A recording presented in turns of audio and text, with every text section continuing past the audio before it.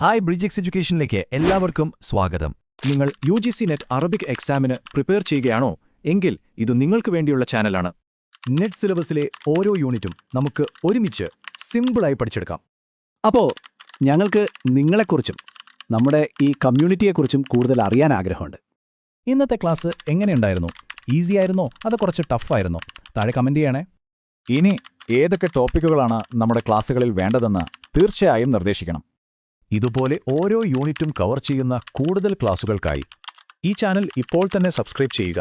നിങ്ങളുടെ ഫ്രണ്ട്സിനും ഗ്രൂപ്പുകളിലും ഷെയർ ചെയ്യുക. നമസ്കാരം.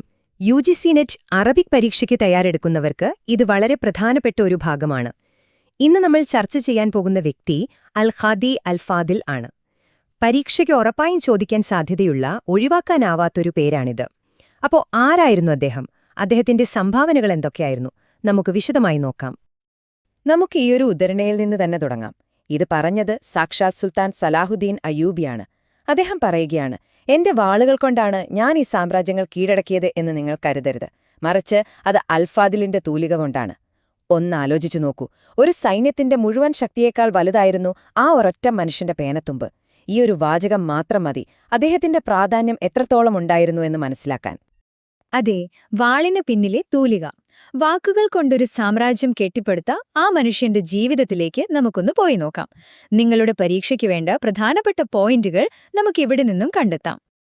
ശരി, അപ്പോൾ അദ്ദേഹത്തിന്റെ കഥ എവിടെ നിന്നാണ് തുടങ്ങുന്നത്? അദ്ദേഹത്തിന്റെ ജനനം, ബാല്യം, ഭാവിയിൽ ഇത്രയും വലിയൊരു വ്യക്തിത്വമായി മാറാനുള്ള അടിത്തറ വീണത് എവിടെയാണെന്ന് നമുക്ക് നോക്കാം.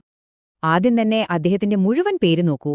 അബു അലി മുജീറുദ്ദീൻ അബ്ദുറഹീം അൽ-ലഖ്മി അൽ-ബൈസാനി.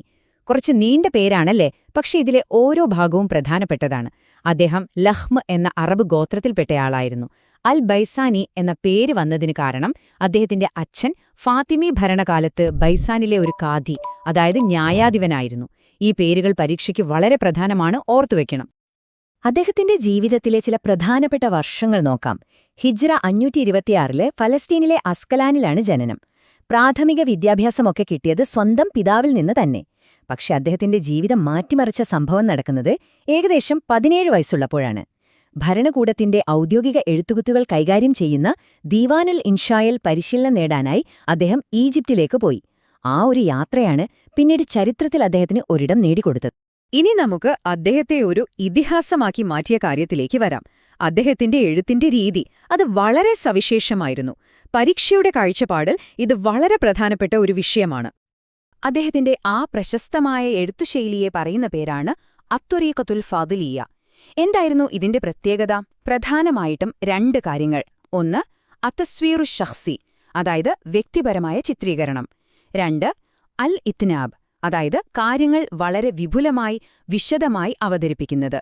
ഈ 2 കാര്യങ്ങൾ ചേർന്നപ്പോൾ അദ്ദേഹത്തിന്റെ എഴുത്തിന് ഒരു പ്രത്യേക തനിമ വന്നു. അദ്ദേഹത്തിന്റെ കഴിവിനെക്കുറിച്ച് അക്കാലത്തെ മറ്റൊരു പ്രശസ്ത എഴുത്തുകാരനായ ഇമാദുദ്ദീൻ അൽ ഇസ്ഫഹാനി പറഞ്ഞതു കേൾക്കൂ.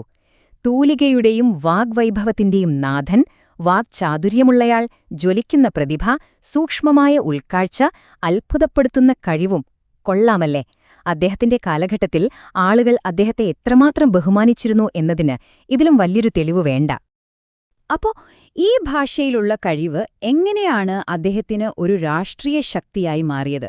സുൽത്താൻ സലാഹുദ്ദീൻ അയ്യൂബിയുടെ ശബ്ദമായി, അദ്ദേഹത്തിന്റെ നാവായി അൽ-ഖാദി അൽ-ഫാദിൽ മാറിയ കഥയാണ് നമ്മൾ അടുത്തതായി കാണാൻ പോകുന്നത്. അദ്ദേഹത്തിന്റെ കാരിയർ ഗ്രാഫ് ഒന്ന് നോക്കൂ. ആദ്യം സുൽത്താൻ സലാഹുദ്ദീന്റെ വസീർ, അതായത് മന്ത്രിയായി. പതിയെ പതിയെ സുൽത്താന്റെ ഏറ്റവും അടുത്ത വിശ്വസ്തനും മുഖ്യ ഉപദേശകനുമായി മാറി.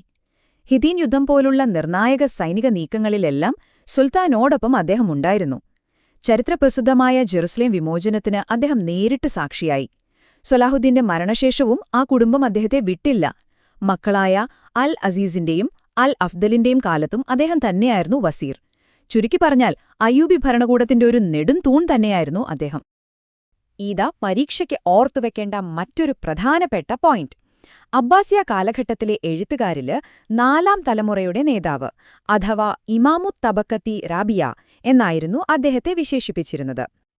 അദ്ദേഹം വെറുമൊരു എഴുത്തുകാരനോ ഭരണതന്ത്രജ്ഞനോ മാത്രമായിരുന്നില്ല. അദ്ദേഹത്തിന്റെ ചിന്തകൾക്ക് ഒരുപാട് ആഴമുണ്ടായിരുന്നു. എന്തായിരുന്നു അദ്ദേഹത്തിന്റെ തത്വചിന്തയും അദ്ദേഹം ബാക്കിവെച്ചുപോയ പാരമ്പര്യവും നമുക്ക് നോക്കാം.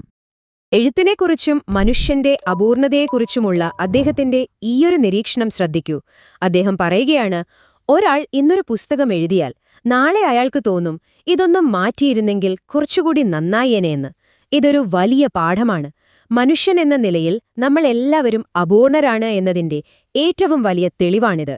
ഇത്രയും ശക്തമായ വാക്കുകൾ കൈകാര്യം ചെയ്തിരുന്ന ഒരു മനുഷ്യന്റെ ഉള്ളിലെ വിനയവും ജ്ഞാനവുമാണ് നമുക്കിവിടെ കാണാൻ കഴിയുന്നത്. സംഭവബഹുലമായ ആ ജീവിതത്തിന് തിരശീല വീണത് ഹിജ്റ 596 കെയ്റോയിൽ വെച്ചായിരുന്നു. അപ്പോൾ നമ്മൾ തുടങ്ങിയ അതേ ചോദ്യത്തിലേക്ക് തിരിച്ചെത്തുകയാണ്. ഒരു വാളിനേക്കാൾ ശക്തമാകാൻ ഒരു വാക്കിന് എങ്ങനെ കഴിയും? ഈ ഒരു ചോദ്യം നിങ്ങൾക്കായി വിട്ടുതരുന്നു. അൽ ഖാദി അൽ ഫാദിലിന്റെ ജീവിതം തന്നെയാണൊരു പക്ഷേ ഇതിനുള്ള ഏറ്റവും നല്ല ഉത്തരം. എഴുതപ്പെട്ട വാക്കിന്റെ ശക്തി എത്ര വലുതാണെന്ന് ചിന്തിക്കാൻ പ്രേരിപ്പിച്ചുകൊണ്ട് ഇന്നത്തെ ഈ വിശകലനം ഇവിടെ അവസാനിപ്പിക്കുന്നു. അപ്പോ നമ്മൾ പ്രധാന കാര്യങ്ങളൊക്കെ പറഞ്ഞു കഴിഞ്ഞു. ഇനി അടുത്ത സ്റ്റെപ്പ് എന്താണെന്ന് നോക്കിയാലോ? ഈ വിഷയത്തിലെ മെയിൻ പോയിന്റ്സ് ഒക്കെ നിങ്ങൾക്ക് ക്ലിയർ ആയിട്ടുണ്ടാകും അല്ലേ? അപ്പോ ഏറ്റവും പ്രധാനപ്പെട്ട ചോദ്യം ഇതാണ്: ഇനി എങ്ങനെ പഠനം മുന്നോട്ട് കൊണ്ടുപോകും? നിങ്ങളുടെ പഠനത്തിന് ഒരു മുതൽക്കൂട്ടാകാൻ പറ്റിയ ഒരു വഴിയുണ്ട്. അതാണ് ബ്രിഡ്ജ് 6 എഡ്യൂക്കേഷന്റെ ഈ പുതിയ പ്രിന്റഡ് ബുക്ക്. ഈ ബുക്കിനെ സ്പെഷ്യൽ ആക്കുന്നത് ഇതിന്റെ ഉള്ളടക്കം തന്നെയാണ്. നമ്മുടെ ഓരോ ക്ലാസ്സിലെയും പോയിന്റ്സും കഴിഞ്ഞ 5 വർഷത്തെ നെറ്റ് എക്സാം ക്വസ്റ്റ്യൻസും ഇതിലുണ്ട്. ഈ ബുക്കിന്റെ ഒരു കോപ്പി ഓർഡർ ചെയ്യാൻ വളരെ എളുപ്പമാണ്.